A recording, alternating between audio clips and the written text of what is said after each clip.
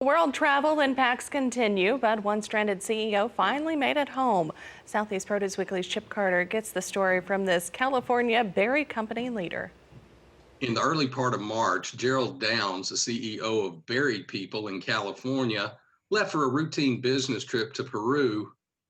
A month later, he finally got to come home.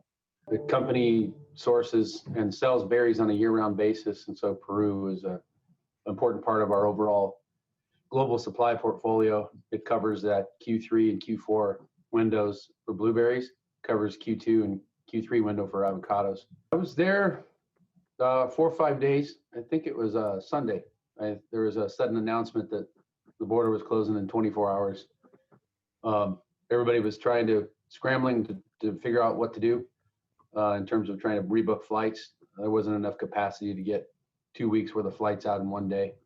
So some of us got stuck around for a while. Thoughts of his family, their security, and what was going on back home kept him up nights.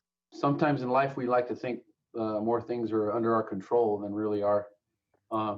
When you can't get to your family, maybe myself in my own situation, okay, I could kind of know how I manage my environment to make sure that I'm safe. But then you hear everything on the news and you're not sure about what type of civil unrest. That's probably the worst part of it, just trying to make sure that you're home to take care of your family. The embassy was trying to get us back, but there's some silos and some bureaucracy. So I just finally up and decided to join the rowdier bunch and go and start working the standby option. So I got in line outside of the embassy a few days in a row. And then finally there was one Sunday morning where the lines were small and there was 8 seats left on a chartered flight. And I was able to get on one of those flights back home. Once back at his desk in California, he realized it was not business as usual, but he was home and people have to eat. Movement's been good, thankfully. Personnel have been active. We got a lot of new personnel and they're really settling into their roles. It's fun to see the team dynamic and team identity grow in the company. And we just have a lot of things happening. We're talking to potential new partners. We're signing up new contracts out of Peru.